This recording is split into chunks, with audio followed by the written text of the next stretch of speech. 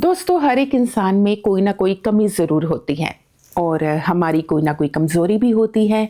हम में, आप में, हर एक इंसान में कोई ना कोई कमी है।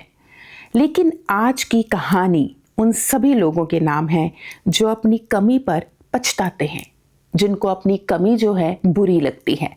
क्योंकि ये कहानी सुनने के बाद हर कोई इंसान अपनी कमी को बना सकता है अपनी ताकत।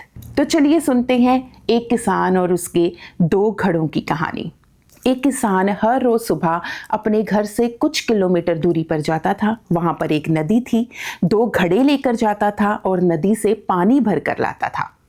लेकिन हर रोज ऐसा होता था कि एक घड़े में पानी पूरा भरा रहता था, लेकिन दूसरे घड़े में पानी आधा रह जाता था, क्योंकि उसमें था एक छेद, यानी कि एक कमी। तो जैसे ही नदी से वो पानी भरता था, उसमें थोड़ा थोड़ा पानी रिसता रहता था और घर पर पहुंचता था तो वो घड़ा आधा रह जाता था।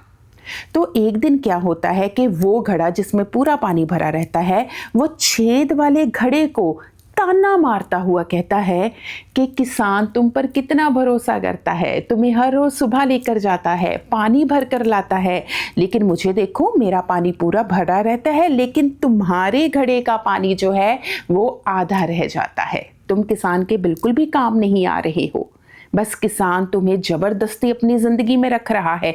पता नहीं तुम्हें फेंक क्यों नहीं देता, कोई नया घड़ा क्यों नहीं ले लेता। तो वो घड़ा जिसमें छेद हुआ होता है, वो अपनी कमी पर बहुत पछताने लगता है।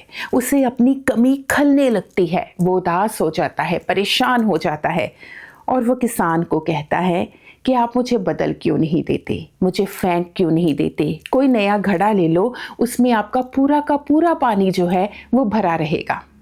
किसान कहता है, उदास होने की, परेशान होने की कोई बात नहीं है। ऐसा करना कि कल सुबह जब मैं तुम दोनों को नदी से वापस भर कर लेकर आऊँगा ना, तो अपनी तरफ तुम देखना, अच्छी तरह से देखना, वहाँ पर बहुत सुंदर सुंदर फूल खिले हैं।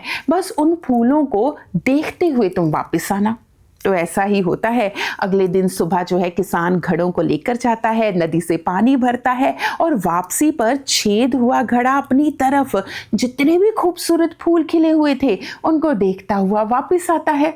वापस आकर किसान उससे पूछता है, अच्छा बताओ आज तुमने फूल देखे रास्ते में?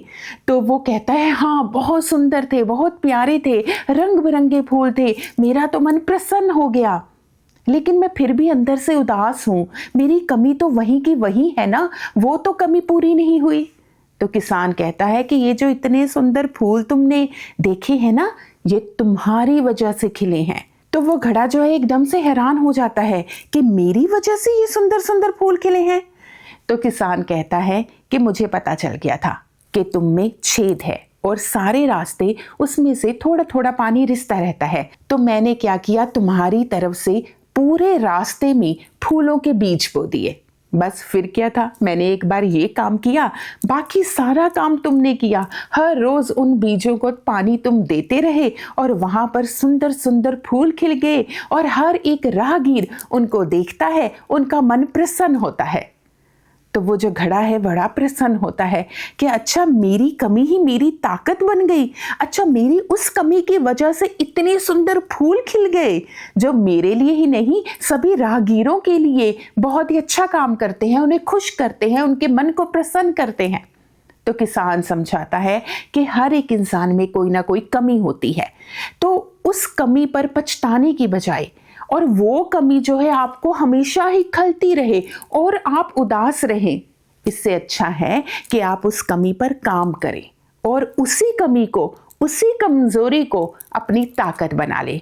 जैसे तुम्हारा छेद तुम्हारी ताकत है, तुमने कितने सुंदर सुंदर फूलों को एक तरह से खिलने दिया है, बहुत सारे लोगों के मन को प्रसन्न किया है, चेहरे पर मुस्कान तुम लेकर आए हो, इसलिए तुम्हारी कमी ही बन चुकी है तुम्हारी ताकत।